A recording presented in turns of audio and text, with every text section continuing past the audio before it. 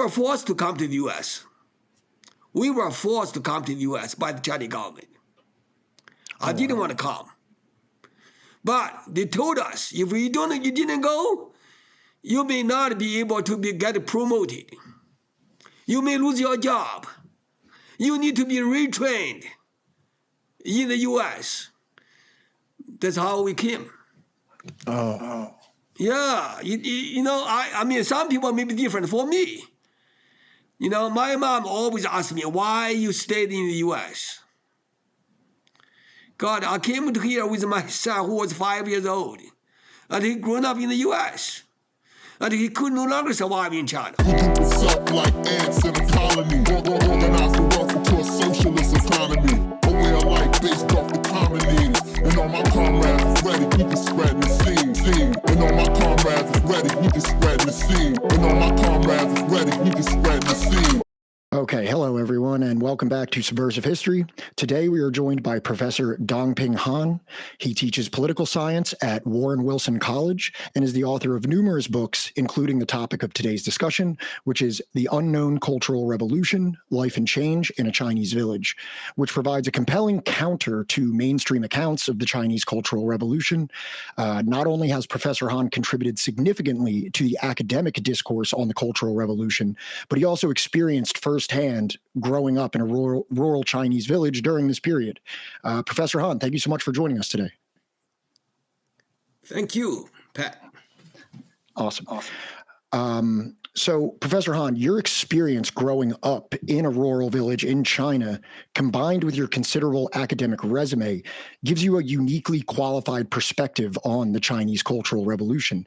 Before we get into the broader discussion of the Cultural Revolution itself, can you describe to our audience your personal experience growing up in Jimo and how that influenced your perspective on the Cultural Revolution?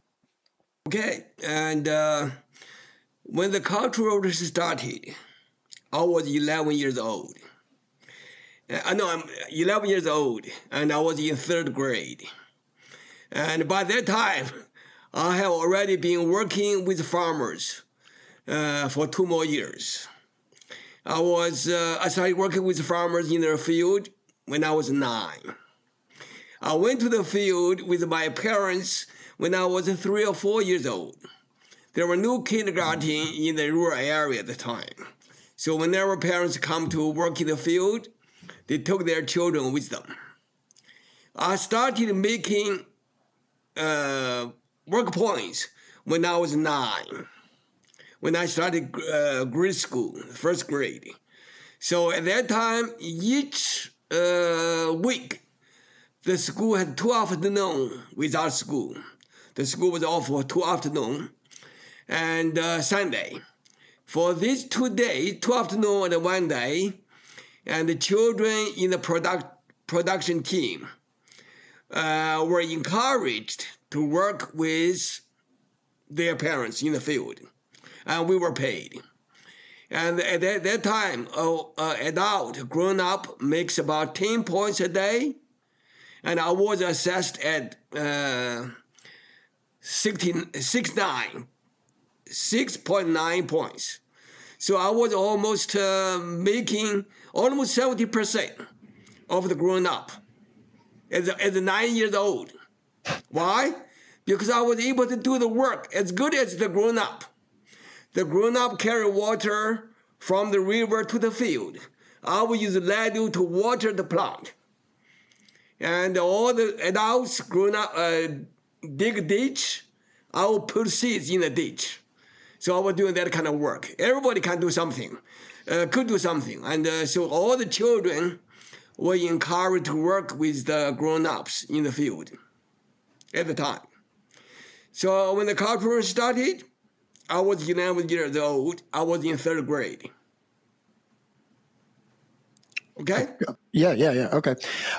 So before we get into the specifics of the Cultural Revolution, I think it's important to discuss the conditions which preceded it.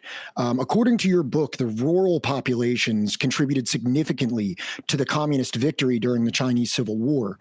To quote you, you had said, the Chinese Communist Party owed its survival and eventual victory to the rural poor. Can you describe these conditions of the rural population during this period and how they affected the outcome of the war? Shandong, Jimo County is in Shandong province. And of course, during the Chinese Civil War, and particularly during the major battles, like the Huanhai battle, and more than 5 million Chinese farmers participate in the war. They carried ammunitions and food to the front, and they carried the wounded back to the hospital, things like that. So the war, the time of the battle, 1948, there were about 600,000 communist troops involved, and Chiang Kai-shek has 800,000 troops involved. So the communist army was in a disadvantage as far as the numbers of soldiers involved. But the communist side has 5.8 million farmers fighting on their side. That's decided the outcome of the battle at the time. So Chiang Kai-shek calculated, he thought he had a majority in the field. But he didn't know there were 5.8 million farmers doing important work on the communist side. So in many ways, the Chinese communist leader Mao and many other generals said very clearly, it's the Chinese farmers who made this the victory of the war possible for the communists. And what do you think it was, like the conditions in the rural areas of China that made the farmers so enthusiastic in their support for the Communist Party? Chinese Communist Party from very beginning, and at least they claimed they were fighting for the poor people. Yeah, the early as I think 1930s, the Communist Party already said they are going to make education accessible to the poor farmers.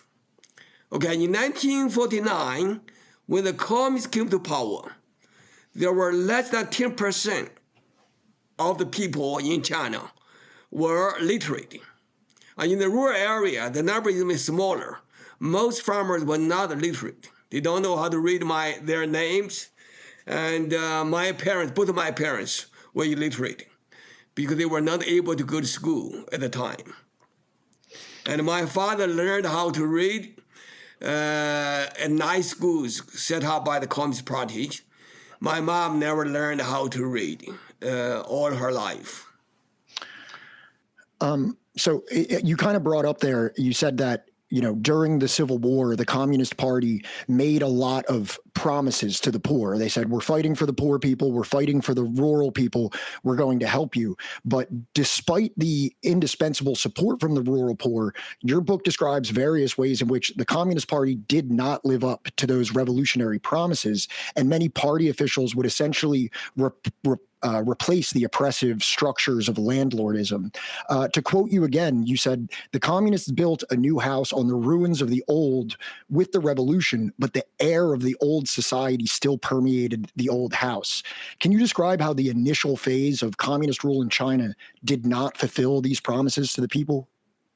Okay. I think the culture is very important. In the book, I described the culture of officialdom. There's a culture built throughout thousands of years. So officials always feel they have privileges. They have a right over the people. And the Communist Party is very, very different from many aspects from that. But still, there were some Chinese communist officials felt they were above the people. And the Communist Party in general has been different from traditional officials, but there were some Chinese officials who were not much different from the old traditional official because their mindset was shaped by thousands of years of traditions. So they were very high-handed, and sometimes all the people around, and most Chinese people, farmers at the time, accept that because they were used to that too. And the only different thing is Mao has been always advocating officials should serve the people, should listen to the people, and should try to be the students of the people before acting like the teachers of the people. So, many people who are critical of communism and Communist Party rule describe that system disparagingly as party leaders and officials abusing their government positions to enrich themselves at the expense of the people that they claim to serve. Would you say that this perspective accurately describes the initial phase of communist rule in China before the Cultural Revolution? More or less. I would argue, even those less than Chiang Kai-shek's troops or officials, but still there is that tendency. Gradually and increasingly, the officials began to build their special schools for their own children. There were special stores for their own children, and their children and their families enjoyed more access to better food than the farmers and the workers. That part was true before the Cultural Revolution. So obviously, and you've already brought this up a little bit here, but your book focuses heavily on rural education in China. Can you describe the deficiencies of China's rural education structure prior to the Cultural Revolution and how these systemic issues necessitated some kind of a revolutionary change? Before the Cultural Revolution, there were very, very few educated teachers in the rural area. Just like a medical field as well, most doctors were concentrated in urban area. In education, most educated teachers were working in the towns, urban area. In the countryside, there were very, very few qualified teachers. And there were not enough school buildings.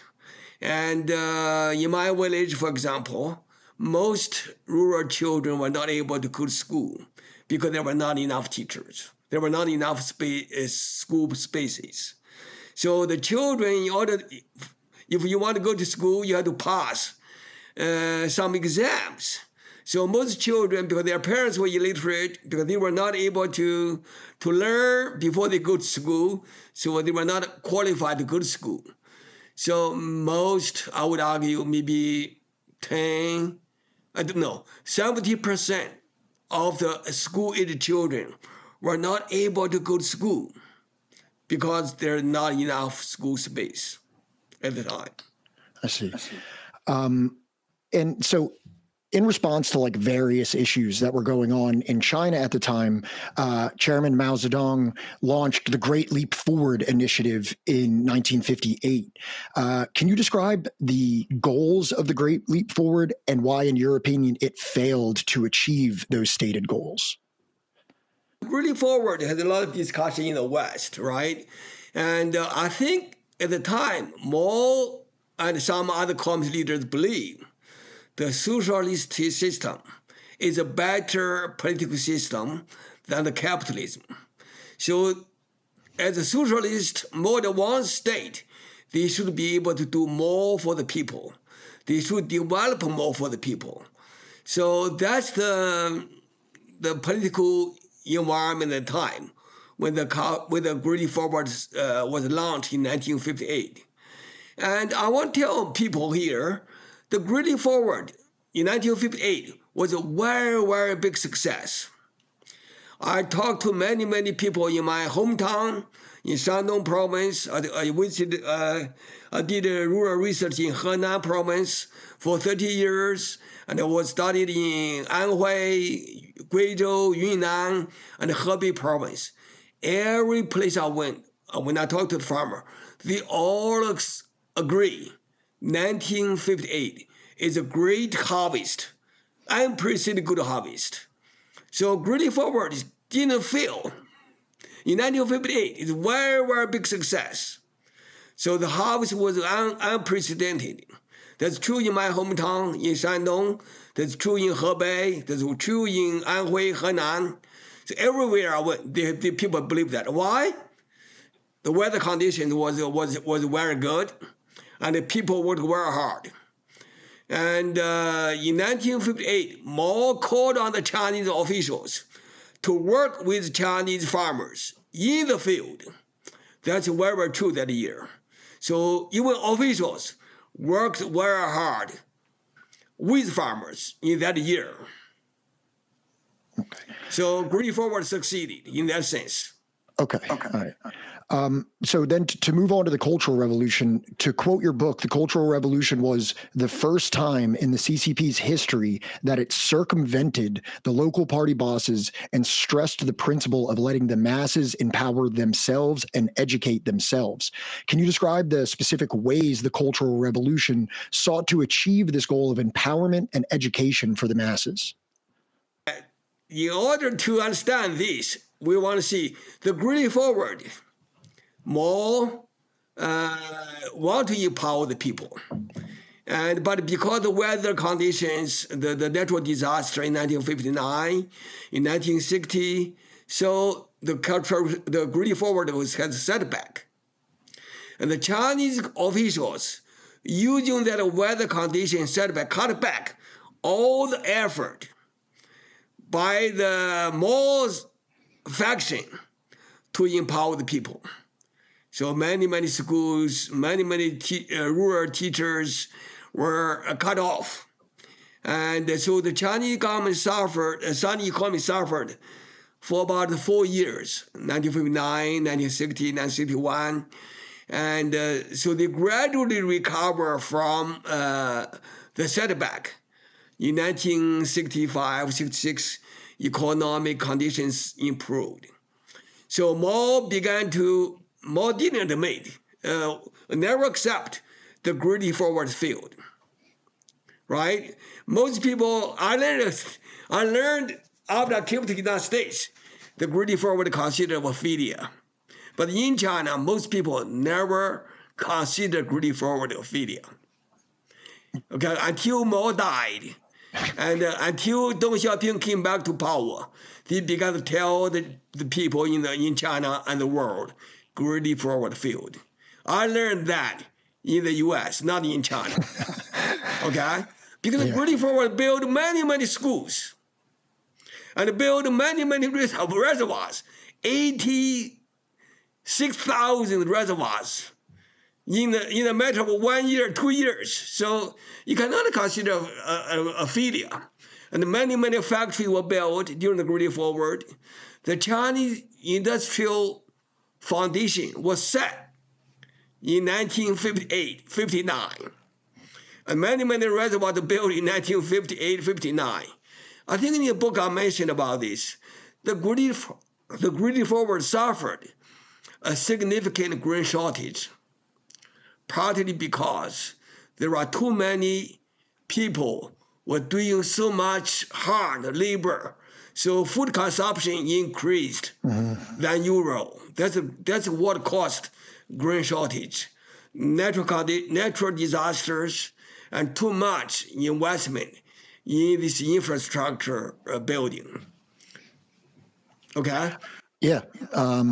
So one thing that an aspect of the Cultural Revolution that I found very, very interesting and inspiring that you brought up is the phenomenon of mass political movements and mass political organizations. You state in your book that the fact that Mao and other Cultural Revolution leaders saw the need to involve common villagers, most of whom were illiterate and were considered ignorant by the educated elite, was in itself revolutionary and democratic. Your book describes how the Cultural Revolution invigorated rural Chinese villagers to participate in mass political movements, which in many instances confronted the hierarchy of party officials. Can you explain how this development was in fact a demonstration of democracy and how it contradicts many critics who disparage communist systems as undemocratic? Because by the 1966, at the beginning of the Cultural Revolution, Mao already realized the official the officials, the Western interest people in society already became a block for advance progress of society. And Mao himself wanted to expand education in the rural area. But Mao's opponent argue they don't have qualified teachers. They don't have the economic resources to build more schools. So they need steady progress. They cannot do like really forward. Let them people decide what to do. So the Cultural Revolution became a revolutionary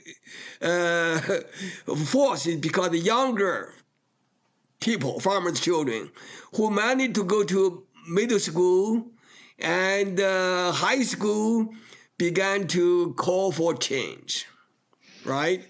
And most rural people want their children to go to school, but because the government didn't build enough school, so they were not able to send their children to school. So at the beginning of the Cultural Revolution, and many people called on the farmers to build their own school.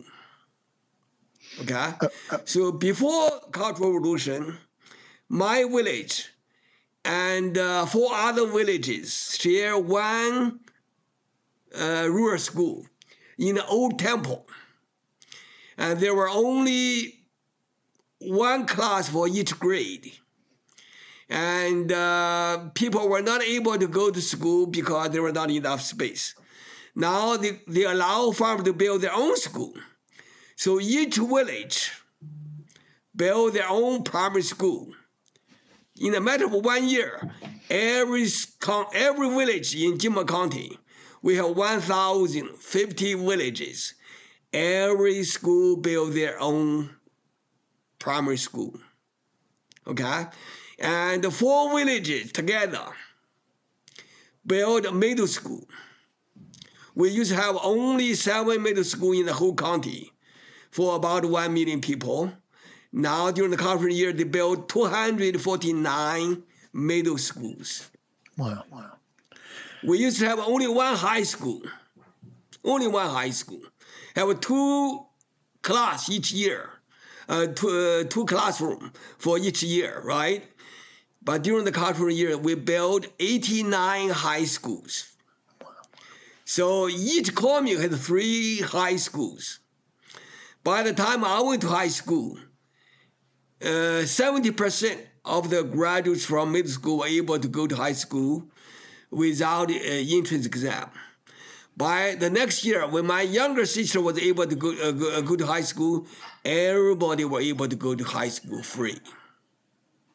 That's 1973. So the expansion of education during the cultural years was tremendous. And and in these kind of organizations within these counties and the villages where the people expressed their political will to the party officials and the leaders, would you describe this as a sincere demonstration of democracy within, communist China? Maybe not in the Western perspective of what democracy is, but still just in as a result of that participation being a act of democracy. One time I wrote a paper, and I sent the paper to a professor at NYU, and he wrote a comment on my paper, said, "This democracy in spade, not just in rhetoric." Why? I thought, before I came to the U.S., I thought America was democratic. But after I came here, I didn't see any democratic action on the part of the people. The only thing you have is go to the elections. You cast your vote. You don't know whether your vote was counted or not. But in China, during the cultural years, is democratic in many senses, right? the people in the village decide whether we should build a school or not, Right. and how to build it. And we discuss it. And at the meetings, and through big character posters, Yeah. through debate with officials, so everybody was involved. And so at that time, I remember at 11 years old at the time, every night the streets were filled with the people debating with officials, debating among themselves. The village street was covered, was plastered with big character posters, one leader after another leader. So everybody was expressing their ideas.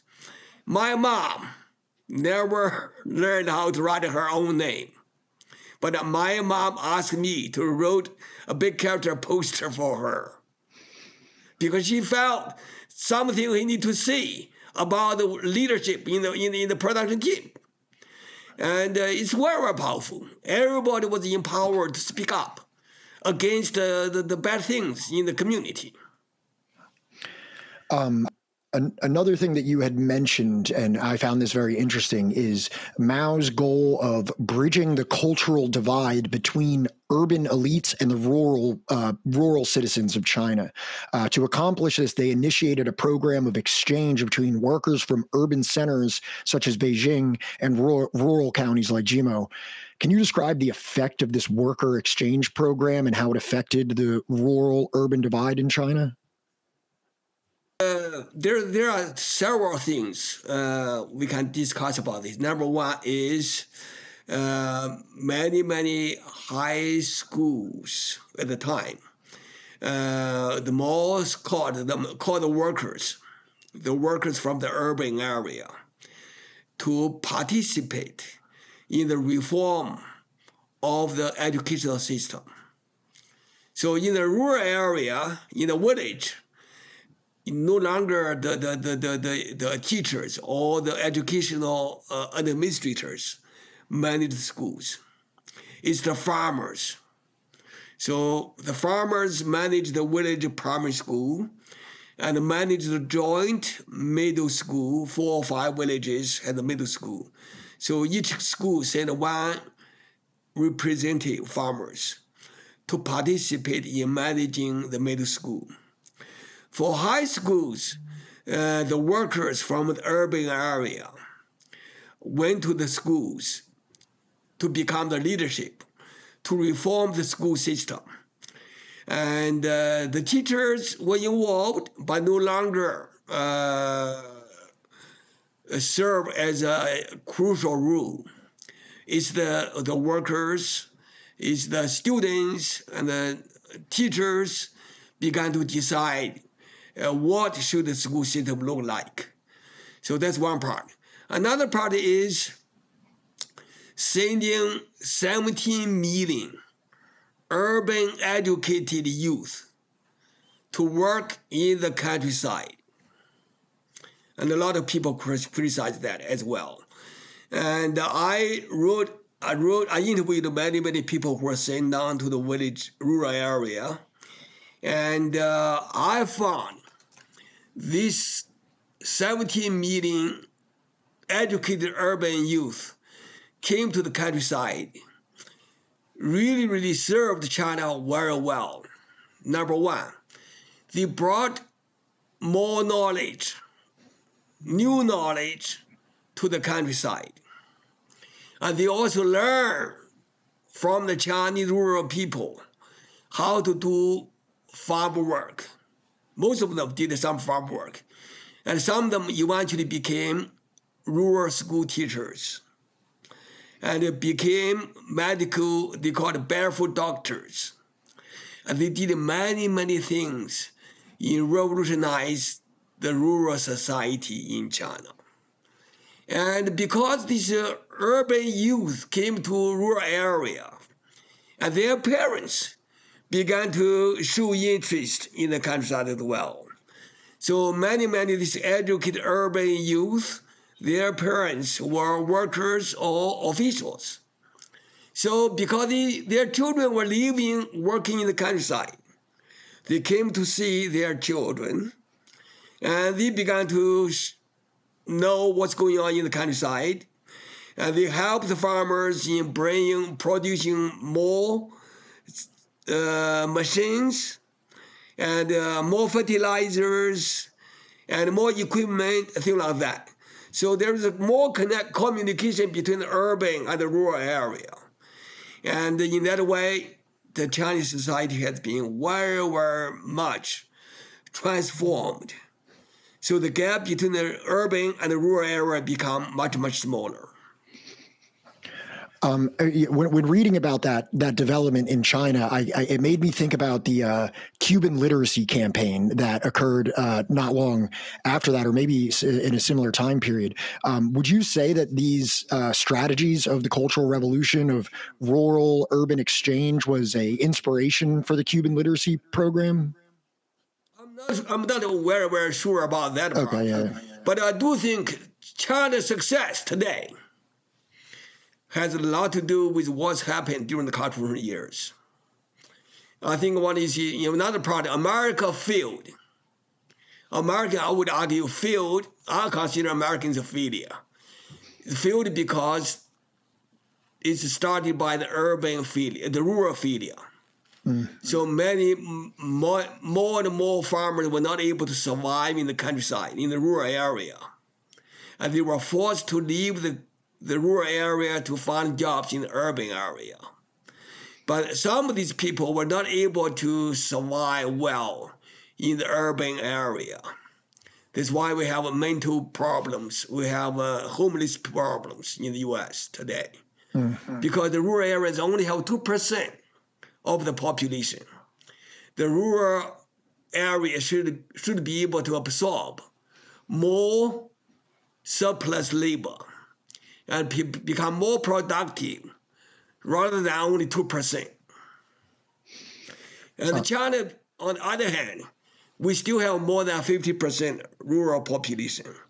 Okay. And they produce much better food.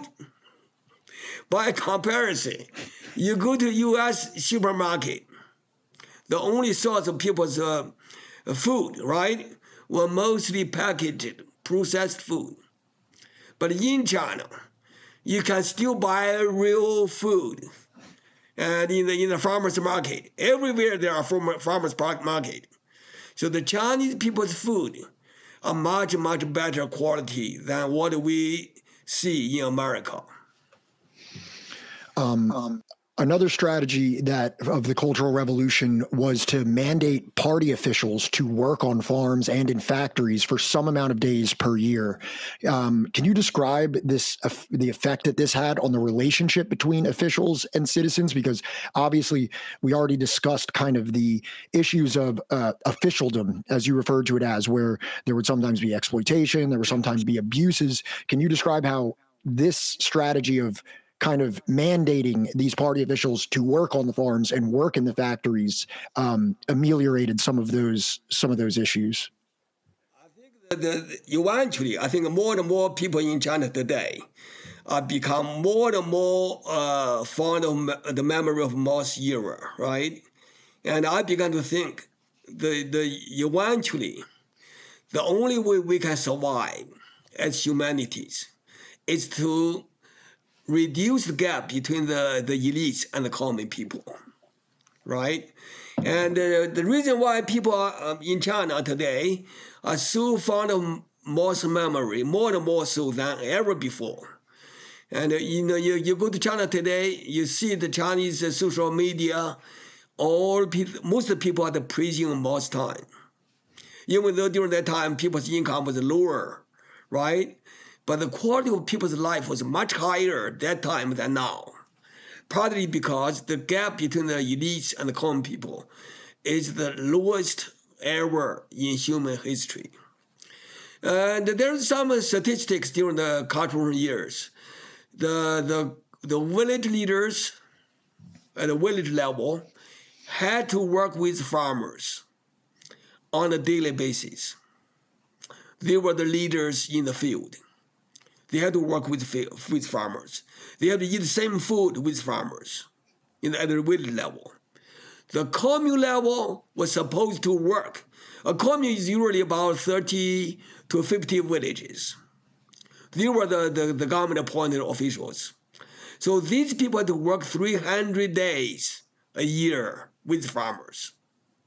I still remember at the time when I was working in the field, the commune leaders were on a bike and passing by, we stopped working with farmers there.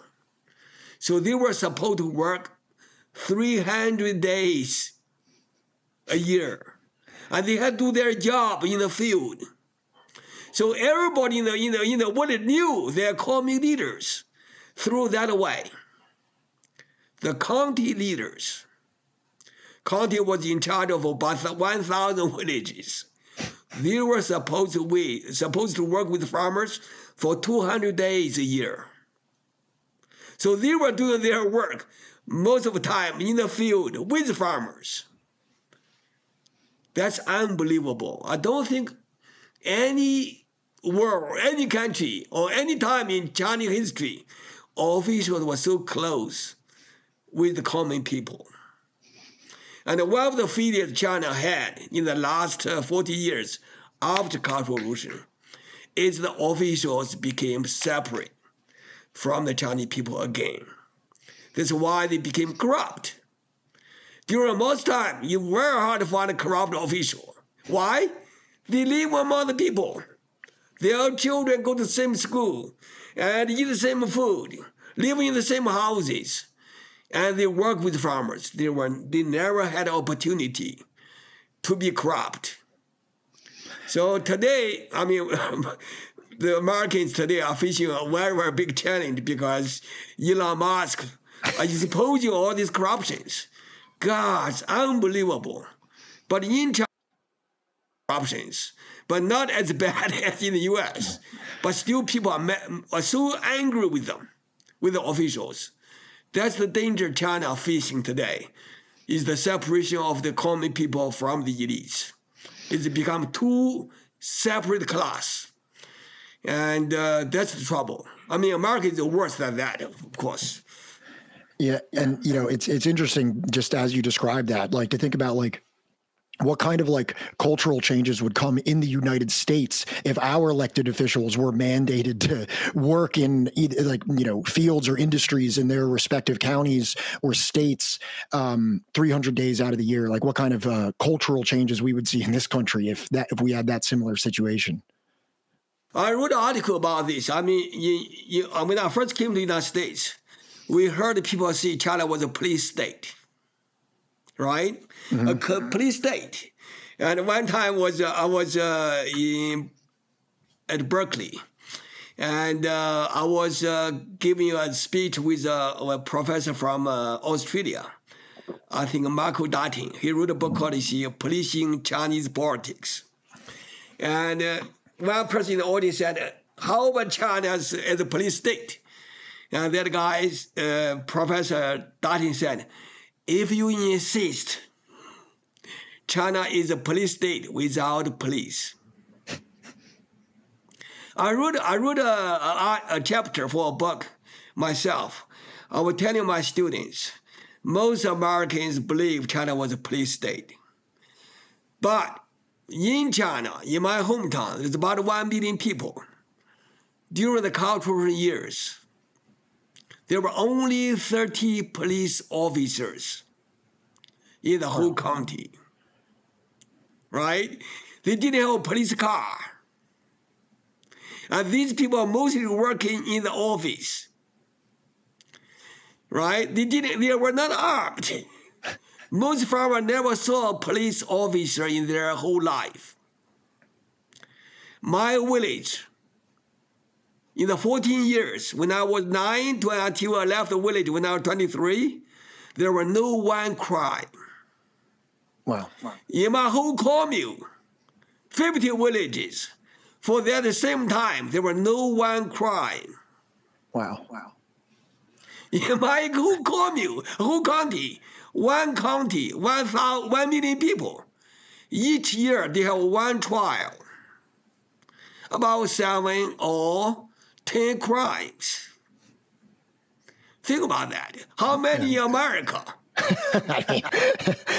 Right? Countless. And we have 10 million people in jail each year. I'm living in Buncombe County in North Carolina. Right? There's only about 300,000 people. We have a jail for 800 people. It's always full. Right? Yeah. And it's not because we didn't have a crime. It's because the community don't consider the criminals as criminals. They consider them, oh, they made a mistake. They give another opportunity. Yeah. That's what called communism. The community decide what to do with their own people. They don't need police. They will manage their own problems without the involvement of state. That's why in the book I mentioned China was already a model of communism at the time.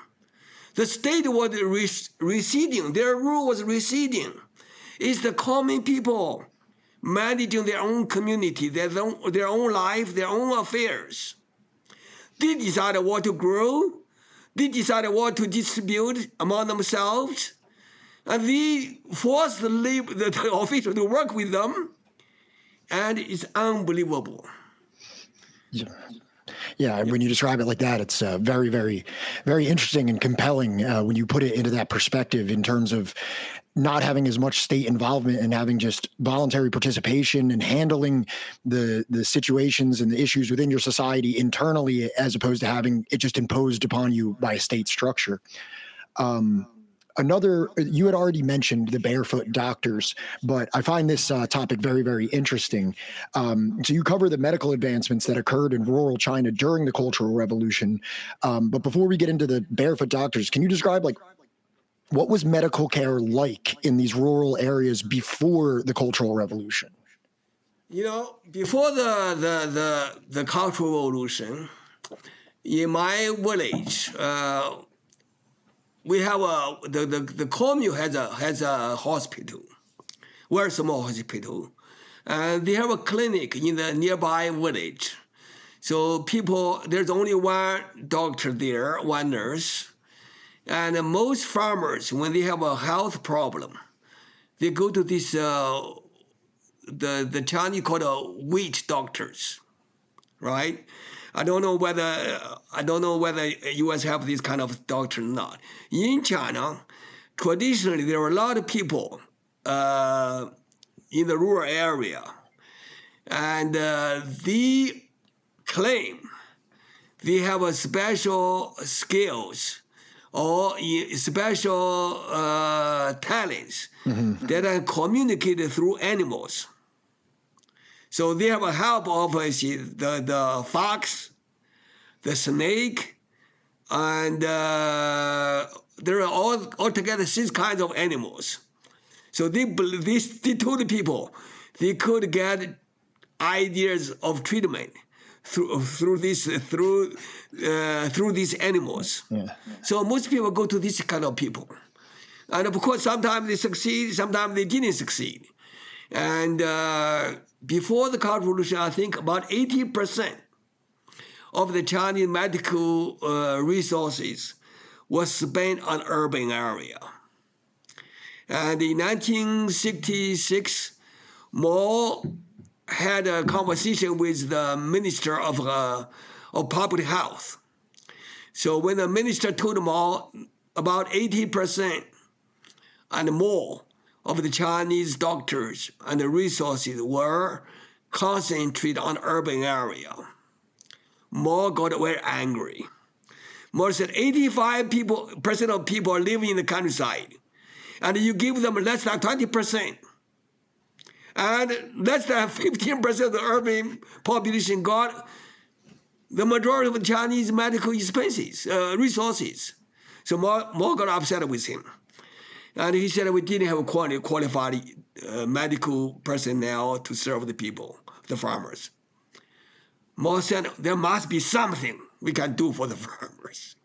And he talked with Mao. Mao said, we want large numbers, like high school graduate, get trained to work for the farmers. So eventually the idea developed into barefoot doctors. The barefoot doctors are debated with American professors. And even though these people were not highly trained, but they were from the village. They knew the people in the village. They were available 24 hours a day, 7 days a week, and 365 days a year. You can go to them anytime, and it's free. And I remember I have a debate with a professor from Brandeis. He said, Dongping, I agree with everything you said, but the doctors are different. They have the best trained. They have to be best trained. I said, how about attitude? Do you think the attitude of the doctor, right, matters?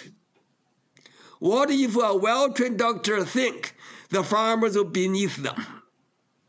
They don't care, right? But a barefoot doctor, even though they were not well-trained, but they care about you. They want to do everything they can to help you. If they don't have enough knowledge, they can go to a better doctor, in a big hospital to find out, right? So that kind of things are very, very important. Chinese people's life expectancy increased from 32 years in 1949 to 69 years in 1976 when Mao died. More than doubled in less than 30 years. That's never happened in human history. Yeah. And like just you say that these doctors they were inexperienced, but it's like there wasn't that many options. It's not like there was just millions of experienced doctors that you could send out to this place with the infrastructure that was available in China at that time. This was better than, as you call them, witch doctors or other types of situations. And the inexperience is irrelevant when you look at the changes in health outcomes and life expectancy, right? Like obviously it was effective. I would argue, besides the barefoot doctors, Mao also sent the well-experienced, well-trained urban doctors to the countryside on a regular basis to work with the barefoot doctors, to train barefoot doctors. In my village, I've never thought, how could people's life expectancy double in less than 30 years? But I look at my village, from I was 9 to I was 23, 14 years, there was nobody in my village died of a disease. I think it's very easy to keep people healthy if you have well-nourished, if you didn't have much stress in your life, you live long, you live a healthy life. America today, how much stress we have? We worry about losing our job, right? We worry about getting enough food to eat. In China during that time, you don't have that problem. You never lose your job. Nobody can fire you. You are work for life, right? And you get whatever other people get. You don't need to be jealous of anybody because what you get too. People didn't realize how wonderful life would be like if that's the case. You never need to worry about losing a job. Nobody can fire you. And you have the right to criticize your bosses. Can you imagine what life would be like if you have the right to criticize your bosses? No, America cannot imagine that. When I first came to teach at Warren Wilson College, I was asked to give the parents a talk about China. And the parents have so many questions asked me about China. After their question, I said, let me ask you a few questions. How many of you wanted free education for you and your children? They all raised their hand. I said, how many of you wanted free medical care for you and your family? they all wanted, was how many of you wanted job security? Nobody can fire you. They all raised their hand. Was how many you wanted the right to criticize your bosses? Right? Not just your boss can criticize you, but you can criticize back. They all raised their hands. You know what I told them? I said, you are all socialists. You wanted the same thing the Chinese workers wanted. The difference is you didn't get in this country, and the Chinese workers with socialism got what they want.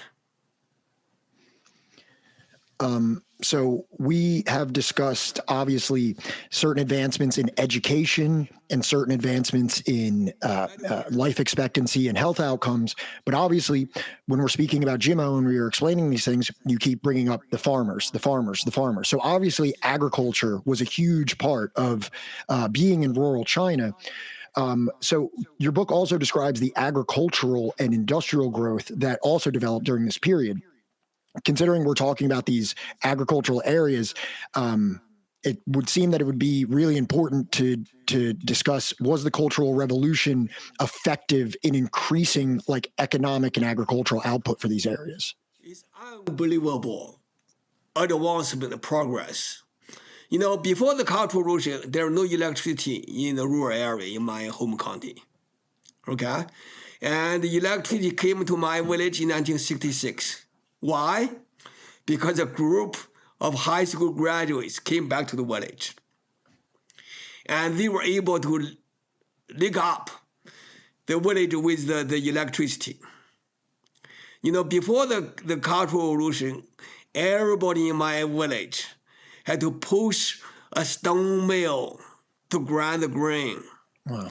I mean, one of my chores was after school was to put the stone mill for 2 hours every day. Well, after we had electricity, the village got an electric mill. That one mill with 3 girls in each shift, with 3 shifts. So 3 hours a shift, 24 hours. They were able to mill everybody's food in the village. I mean, our village was the first to get that mill. And we milled not only our own villages, we milled other villages' food. 9 girls in 3 shifts every day was able to do, you know how much? The liberated people. Okay, another thing is we had running water. So before we did it, we went to the river to carry water on the shoulder with 2 pails, right? And we didn't get running water into the household, but we get running water into the village. So we were able to have that, and we have a lot of, you know, after before the Cultural Revolution, we have to threshing our grain with hands, with hand tools. So after Cultural Revolution, we had, at least in my book, all the machines threshing the grain, and we have tractors. We have 2 tractors and 2 pickup trucks in the village. And the 2 tractors we bought with the money we made through the industrial enterprise of the village. And the village factory also assembled 2 pickup trucks. So the Cultural Revolution reduced the labor intensity for farmers. And life becomes so easy for farmers in many, many ways. And we were able to diversify. And we had a team to grow fruit trees. And we have a team to grow just vegetables for everybody. And our income has increased tremendously. And so the rural people's livelihood improved tremendously during that 10 years. I would argue in some sense, we are almost up to a par with the urban population income. When I went to college in 1978, after the Cultural Revolution, I was able to, I have a clothes I bought. I have a watch, I have a leather shoes, and my classmates who were urban elites were shocked. Oh, you got this, you got that? Well, yes, I got not only one, I got two. And I have a watch, I have a leather shoes. Some of them didn't have that. So our income actually was higher than some of the urban workers. So because of the Cultural Revolution, our income, our livelihood improved tremendously. So we've talked about all these improvements and all of these things, but unfortunately, these reforms that were instituted by the Cultural Revolution would not be permanent. In your chapter, which is titled Negating the Cultural Revolution, you describe how these programs were dismantled after Deng Xiaoping came to power. Can you describe this process and the effect that it had on rural China in terms of education, healthcare, and other social measures? All these benefits, improvements, was supported by the collective farming arrangement. So we had a community. We worked together, right? So I don't know I still don't understand why he did that.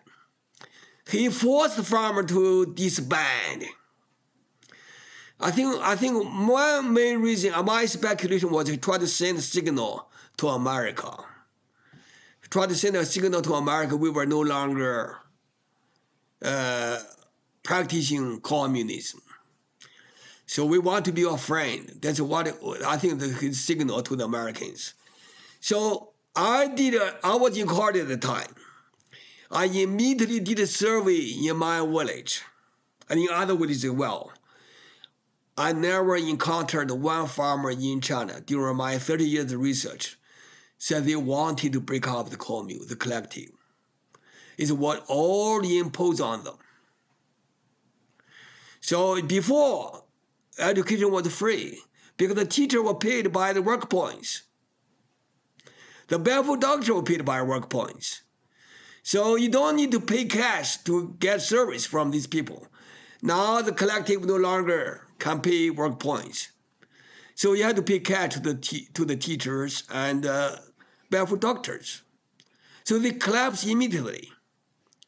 Before, the people who are leaders of the village get paid the same way. Now, they get paid according to their own personal connections and their own skills. So immediately, the whole system collapsed. And so it's very, very sad. Now you go to Chinese countryside, you see millionaires.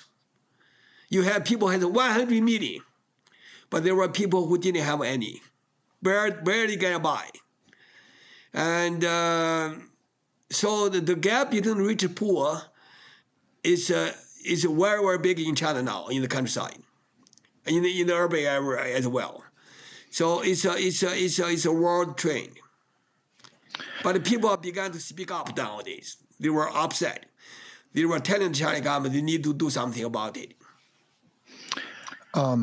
So I think many people, especially in the West, like the Western perspective of China, is that the immense economic achievements that were made by China, the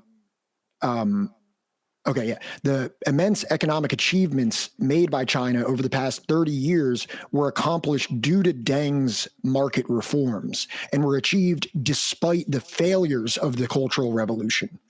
In your opinion, would these advances have been possible without the Cultural Revolution? The Chinese Cultural Revolution educated 3 generations of educated, very, very efficient workers. You don't find that kind of worker in anywhere place but in China. The Chinese cultural education was very, very hand-on. Everybody went to high school not just to read, but learn to do many, many things. For example, I know how to grew all vegetables, all kinds of vegetables and grain. I learned how to operate the leaf. I was able to do welding. I was able to run many industrial equipment, right? When I first came to the U.S., when the professor said in class, the Cultural Revolution education was a failure. I told the professor in the class, I was a product of Cultural Revolution. Any one of you want to compete with me, right? And I could do so much, unlike American students. You know, Chinese cultural trained a very unique, not one generation, but three generations of very good workforce. So this perspective, like it seems like a lot of people try to say like, oh, China under Mao was just a catastrophe. It was all messed up. And then it was the Deng Xiaoping market reforms saved everything, turned it around. China was a mess until Deng came in. It's only been the past 30 years that they did anything right for development. You would say that this is an incorrect perspective, right? That's nonsense. Look Brazil, look Mexico, look India. Look at all the third world countries in the world. Why didn't they do as well as China?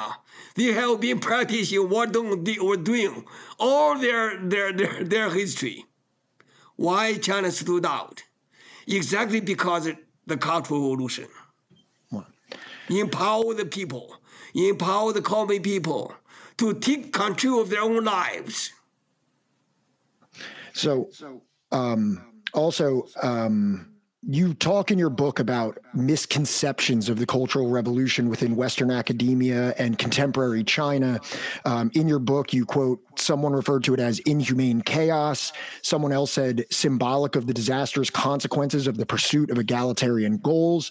Can you just describe your objection or your response to these Western academics that say that portray the Cultural Revolution in this way? You know, all these people who condemned the Cultural Revolution were the elites. They lost their privilege during the Cultural Revolution years, and they wanted it back.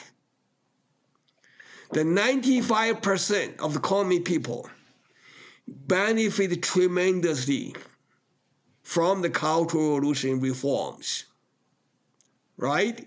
Their life improved tremendously. That's how human progress should be measured. Not by how many billionaires you have. You have to measure it how the majority of the common people benefit from a system, from an era. You go to China to ask Chinese common people, 95% will tell you Chairman Mao's time, the Cultural Revolution, was the best time in Chinese history. There are still people today, you talk about Chairman Mao's time, they will cry. You know, after 40 years of the official effort to dismiss Mao, to discredit Mao, is backfired. The Chinese people are educating themselves, right? I don't think they were able to convince the Chinese people to accept their verdict. The verdict is out by the common people. Yeah, and just, you know, some anecdotal experience on my end. I have a friend that lived in China for 9 months, and he said he visited the place where Chairman Mao was buried. And he said when he went there, there was people outside of the gravesite crying. They were weeping. There was Chinese people outside of his tomb, and the people were all crying. He couldn't believe it because, you know, in the United States, we don't hear about these kinds of things. Meetings every day. There are two places. One is Mao's birthplace. Another place was the Mao's memorial hall in Beijing. They are crowded every day. So you've talked, you know, several times about the current Chinese, like the current state of China as it exists today in terms of its political structure. Can you give your opinion and or criticisms of the current political structure of China and what changes you think need to be made? I would argue the Chinese President Xi Jinping and angered a lot of Chinese elites in the last. He has been in office for 3 terms, right? He has been in office for, I think, he was in office in 2012. So today is 13 years, right? 13 years. And he has been very hard on the corrupt officials. Most Americans didn't realize how many corrupt officials have been locked up, right? It's not 1,000, 2,000. It's millions. And that's why Chinese people say to be official today is a very, very dangerous career. Because if you are found guilty of corruption, you end up in jail for a long time. Many of them all end up in jail for life, right? So he angered many people. Why?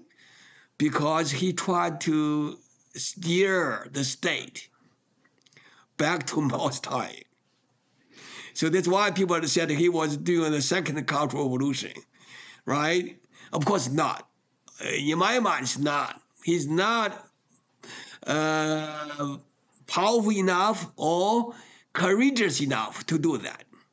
But he did something the people welcome. And he invested more money effort in the rural area than Deng Xiaoping, several times moreover. So he has the support of the farmers today. He has support of the common people in the urban area, but he didn't have support of the elite. So China today, I would suggest to President Xi Jinping, give up all the fears. You can never win the support of the elite. You have to rely on the common people to do his job, right? You can never please both sides, the elites and the common people.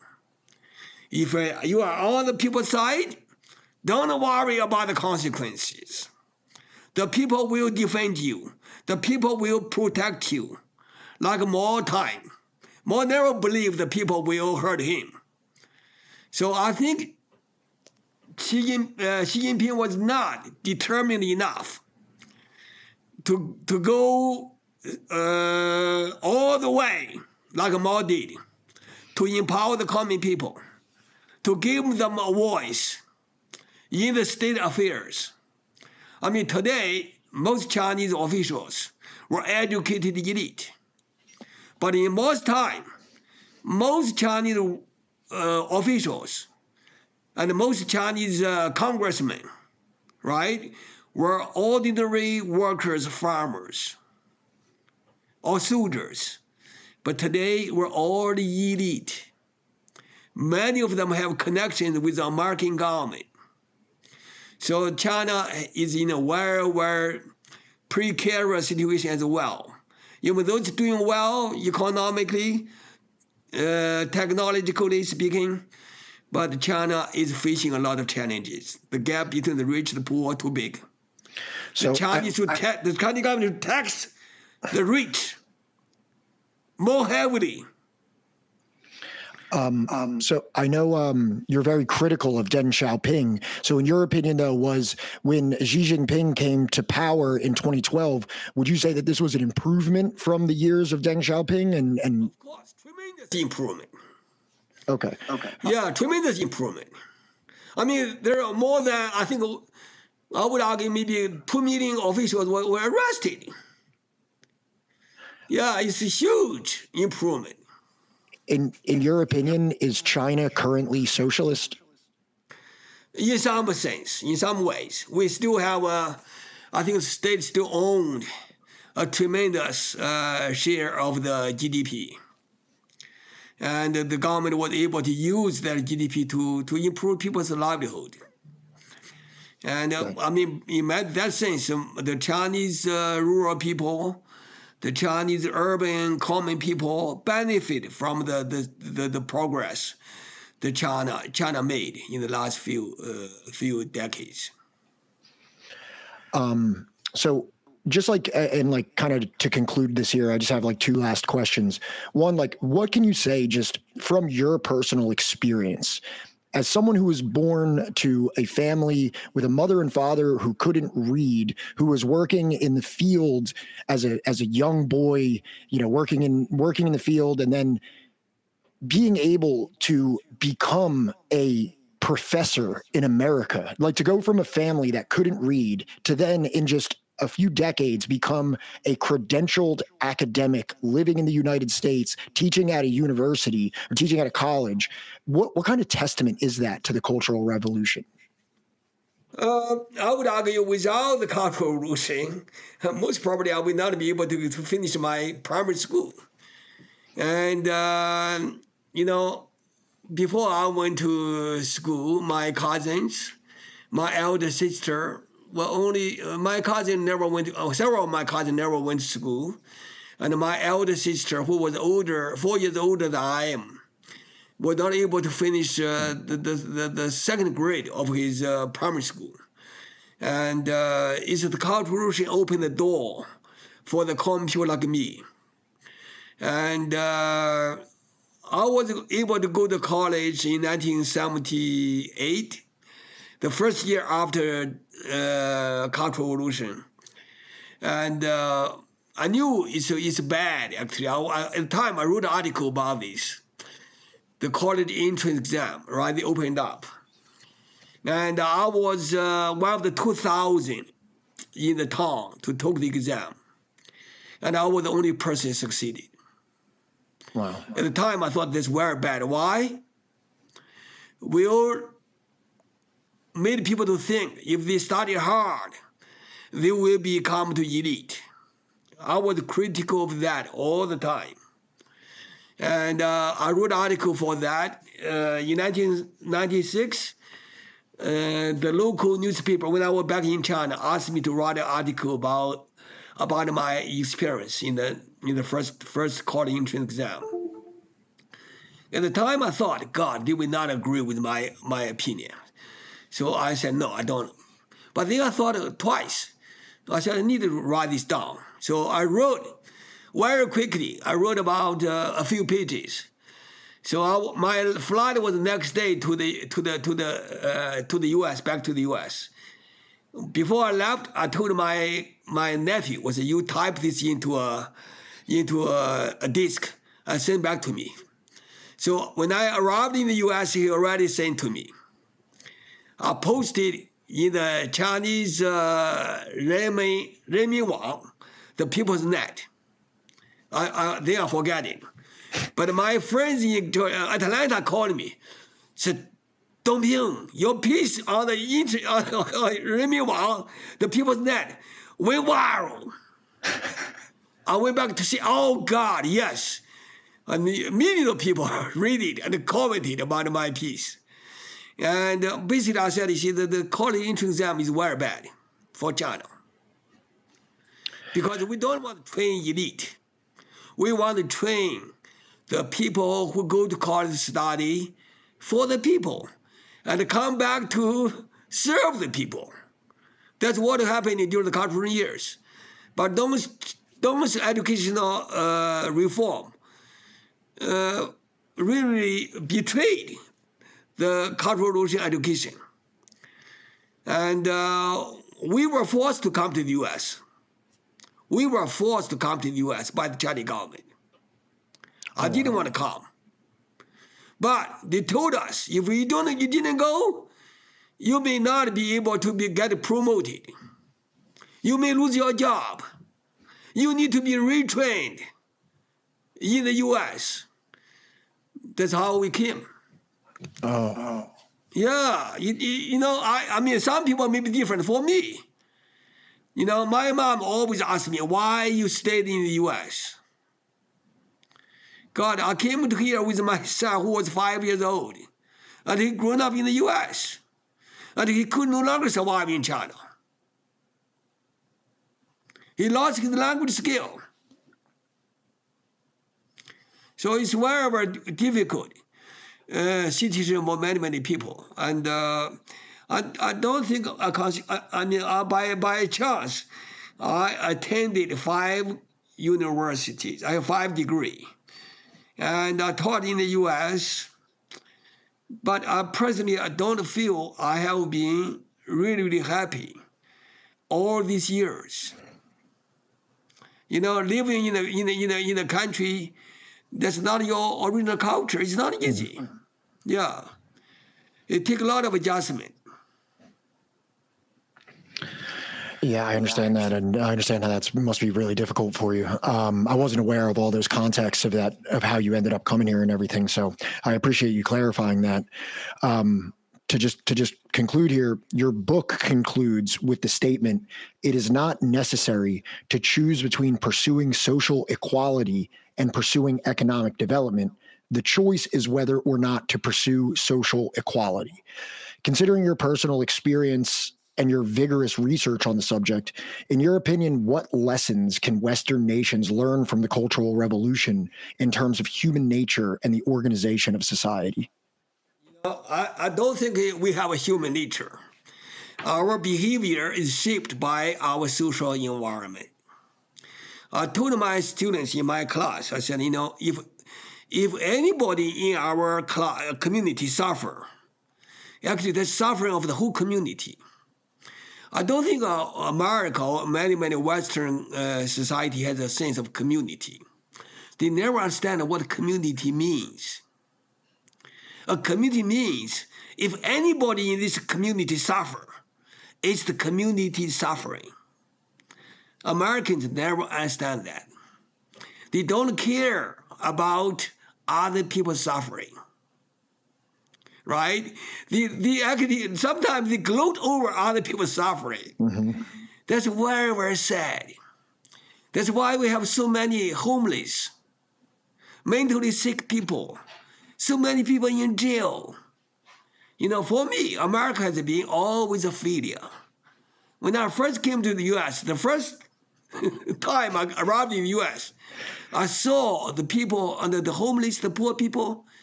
I knew the American failed. Why?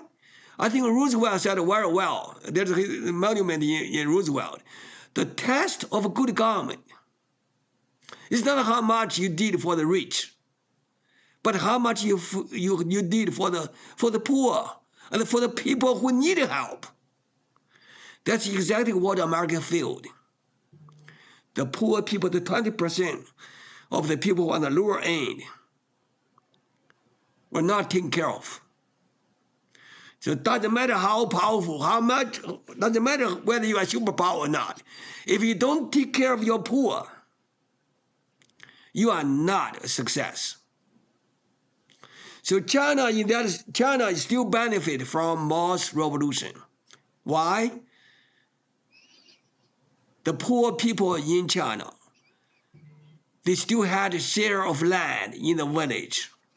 They have a home. That's why China didn't have many homeless people.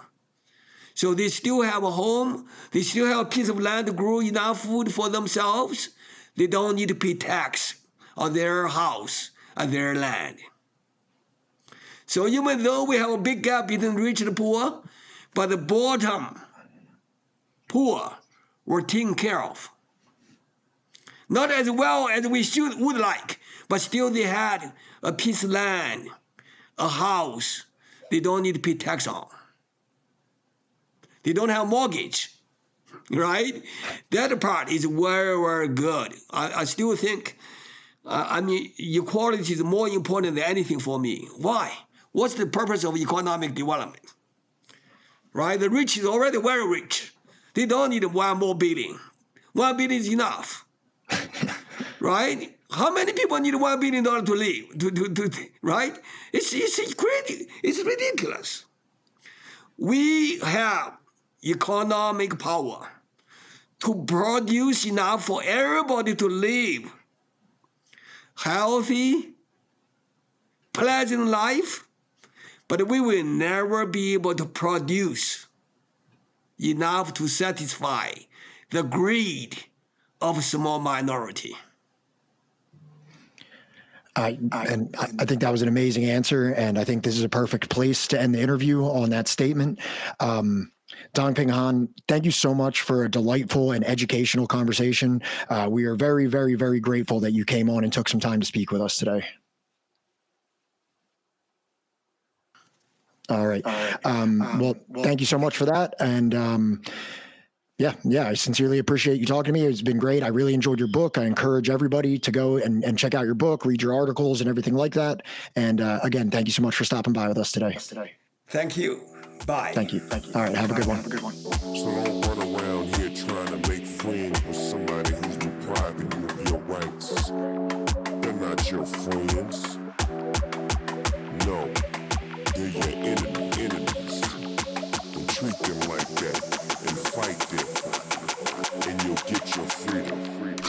My repertoire is USSR. Be a low style, be a low style, got thrown out the car. Lies with subversive plots. They'll call you an extremist or subversive or red radical. Lies with subversive plots. Red radical and fight them. Capitalism and democracy. Capitalism and democracy are not synonymous. We group itself like ants in a colony. Organize the wealth into a socialist economy. A way of life based off the common needs. And all my comrades is ready, we can spread the seed. And all my comrades is ready, we can spread